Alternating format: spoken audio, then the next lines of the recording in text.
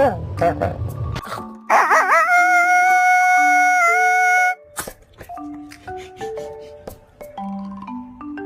five. Too slow. Would you like to play a game?